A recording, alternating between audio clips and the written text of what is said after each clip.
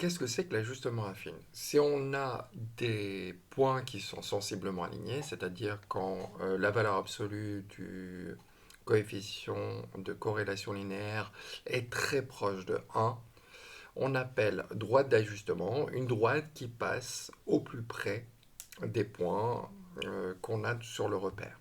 Cette droite, elle réalise ce qu'on appelle un ajustement affine du nuage de points. Ce qu'on a fait tout à l'heure, ici, là, ça s'appelle un ajustement affine, puisqu'on a une droite qui est proche de ce nuage de points. On va parler des méthodes des moindres carrés, mais il faut comprendre un petit peu. Quand on fait un ajustement affine, on voit bien qu'il y a un écart entre le nuage de points et la droite. Vous voyez bien ici, à chaque fois, le segment que je trace ici, il a une longueur qui ne va pas être nulle. Et donc, qu'est-ce qu'on appelle la droite des moindres carrés? C'est la droite qui va réaliser une somme qui va être la plus petite possible pour les carrés de ces longueurs-là.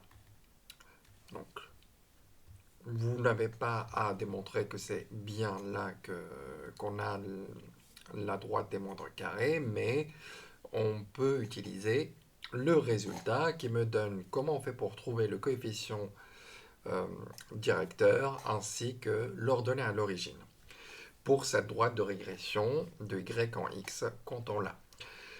Alors, pour trouver le coefficient directeur, on prend la covariance que l'on va diviser par la variance. La covariance, on l'avait trouvée tout à l'heure, on avait donc la covariance qui est égale à 2,26 875. Et la variance de x, c'était 2,3875. Quand on fait la division, ça me fait à peu près 0,95. Maintenant, si je veux calculer l'ordonnée à l'origine, il va falloir prendre la moyenne de y qui est égale à 3 moins a qu'on a calculé 0,95, une valeur approchée, multipliée par la moyenne pour x qui est égale à 3. Le calcul me donne à peu près 0,15. Donc finalement, la droite a pour équation y égale ax plus b, c'est-à-dire 0,95x plus 0,15.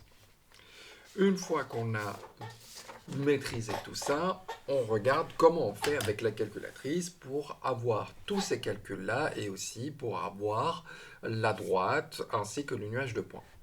Donc on va prendre notre calculatrice pour mettre un tableau ici. Donc on va aller dans régression, on va rentrer dedans et on va mettre les différentes valeurs.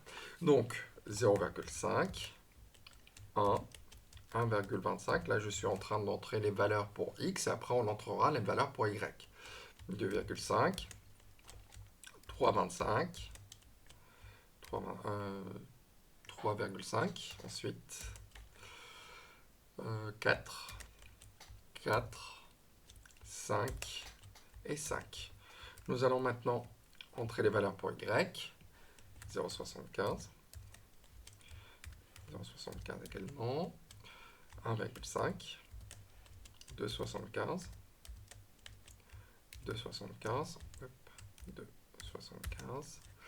Ensuite, 2,75, 2,75 lié deux fois. 3,75. 3,75. 4,25.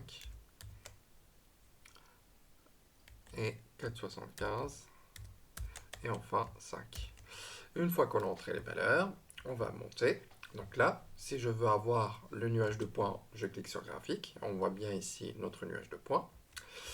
Si je veux avoir les différents calculs, donc là, ici, on a la moyenne pour les deux. La somme des carrés, donc l'écart type qu'on a, et je rappelle la variance ici. N'oublie pas que l'écart type, ce n'est rien d'autre que la racine carrée de la variance.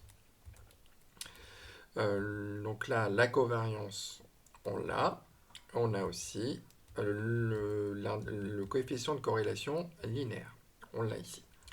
Alors, maintenant pour la régression, donc pour avoir la droite des moindres carrés, donc on va aller ici, donc graphique, et on va aller dans régression, et on choisit, donc nous, on va prendre affine.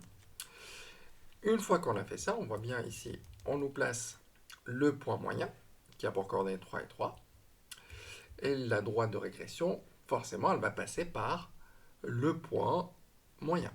Donc on regarde ici, et une fois qu'on a fait notre régression qui est affine, puisque l'indice de corrélation est quand même très proche de 1, donc on peut faire ça par une droite. Par le calcul, donc là ici on me donne les coefficients A qui est 0,95 à peu près, et la valeur de B, si j'arrondis au centième, on trouve bien 0,15. Et voilà, donc là, on a bien notre tableau avec les différentes valeurs.